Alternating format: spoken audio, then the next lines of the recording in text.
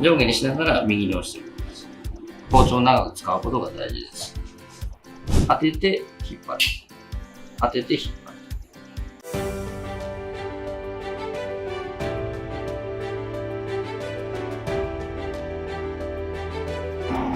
皆さんこんにちは。こんにちは。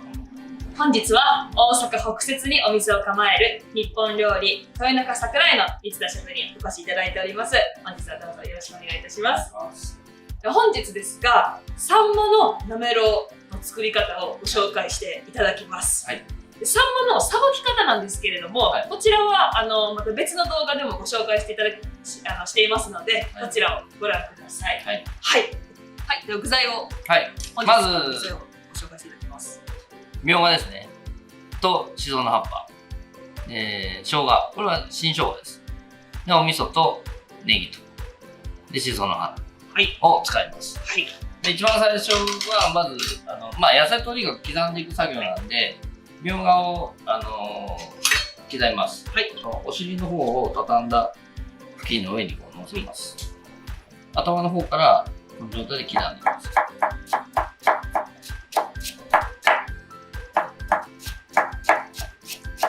基本料理は押し切りなんで。押して切ると。ここから、はい、この辺りから入る。頭から入って、こうできるだけ距離を使って切ってあげると、皮が崩れずに、あと、この後水にさらすんですけど、シャキッとなりますから、これが刻み物の基本ですね。わかりました。水に浸したです。はい。さらす。さらす。はい。さらす。まあ、しばらくちょっと置いてみましょう。はい。で、青ネギ。まあ4つぐらいこう切って、布巾をこのネギの上に置きます。押さえる。はい。端からこう、さっきと同じ要領です。で、これね、そんなにむちゃくちゃ細かくしなくていいですよ。ちょっと、なんですかね、1ミリぐらい。1ミリぐらい。はい。布巾の押さえとくのが、いや、確かに切りやすいです。切りやすい。はい。なんか、輪ゴムでまとめたりいろんな人いるんですけど、はい、僕はなんか、布巾かな。これは、半分に切ります。で、重ねます。ね。で、これまたこう、長さを半分に切ります。はい。で、これをこっちに重ねます。はい。で、これをこう、もう半分に切ります。この状態で刻んでいきます。これはしそ特有の切り方です。はい。はい。で、生姜。はい。薄く剥いておいて、まず、よく見ておいてくださいね。こう刻みます。まだちょっと見ておいてくださいね。こう刻みます。縦に細く。はい。で、なんとなくでいいですから、これをちょっとこう、向かい、縦に並び直します。はい、で、今度は包丁の先っぽをこうつけながら縦にこう切っていきます。そうするとね、動かないですね。はいはい。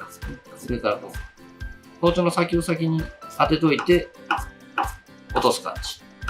で、これを今度こう、横にずらします。はい。90度。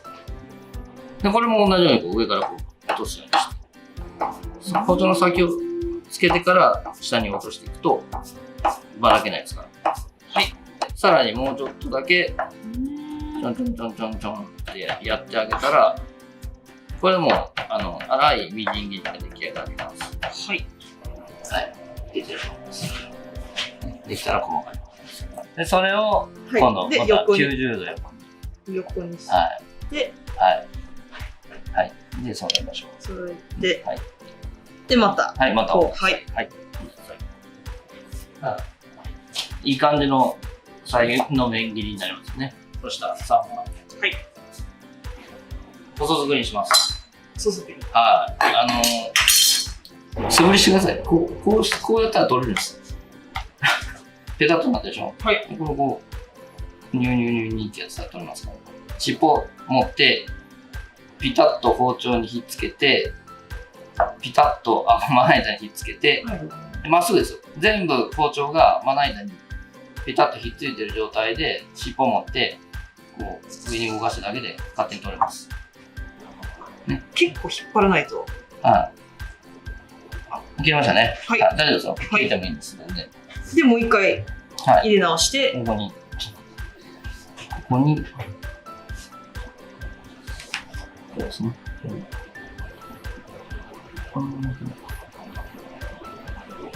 ゆっくり。はい。はい。はい。で、触って、まあ、こっちに進めながら、こう押していく感じですかね。上下にしながら右に押していく感じ。ゆっくりでいいですよ。その場で上下するぐらいの感じでいいです。はい。だんだん切れてます。進んでます。大丈夫です。はい。手つき良くなりましたね。はい。もう自信がついてきましたね。はい。はい。もう一個やり方。これ、裏技です。裏技。こう、最初、とっかかり作ったら、今度、ここをね、こうつけて、で、こう引っ張ってます。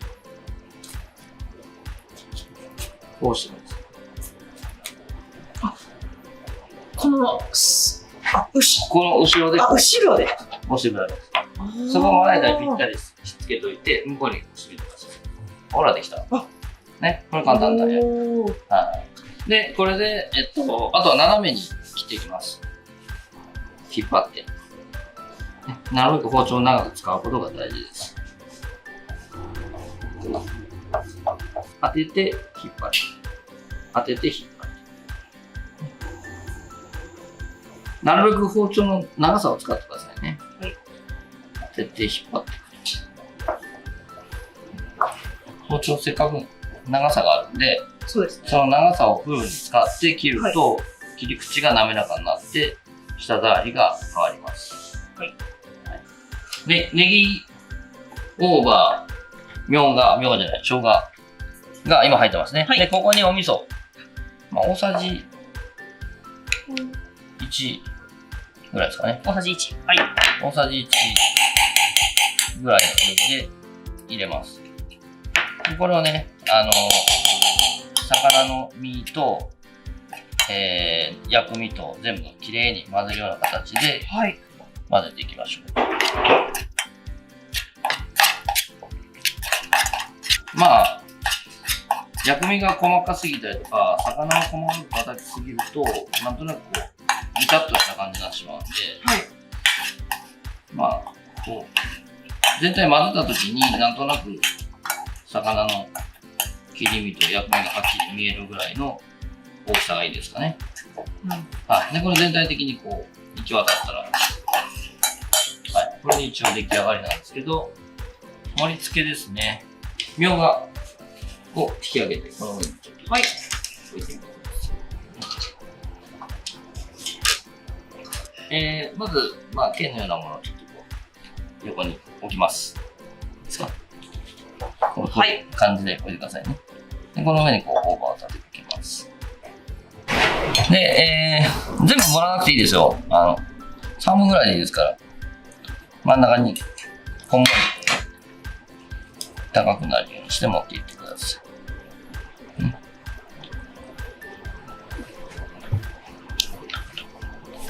真ん中にこんもりと。まあ、最後にどうせみょうが乗せるんですけど、ちょっと高さ。はい。はい。で、この上にみょうがを、まあ、これも全部置かなくていいです。ふわっと。いきましょう。すっごい太い。ゴツゴツのところは、ね。ちょっと細いところ。はい。細くて見栄えのいいところですね。で、その上にこう、シソの花をふわっと乗せてください。はい。はい。はい。それをいきましょう。ふわっと。は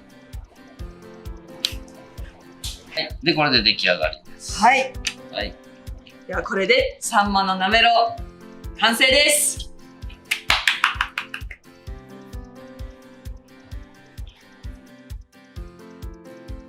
今回は一緒に作りましたので、食べ比べをしてみたいと思います。ではまず、三田シェフが作ったものからいただきたいと思います。はい。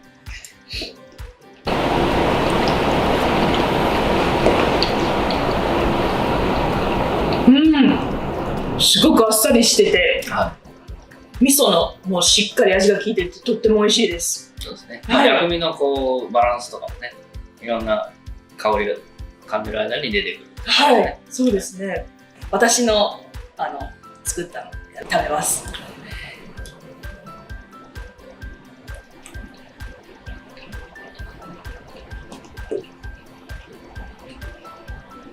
おそらくみょうがを太く切りすぎたのか、みょうがの味がすごくします。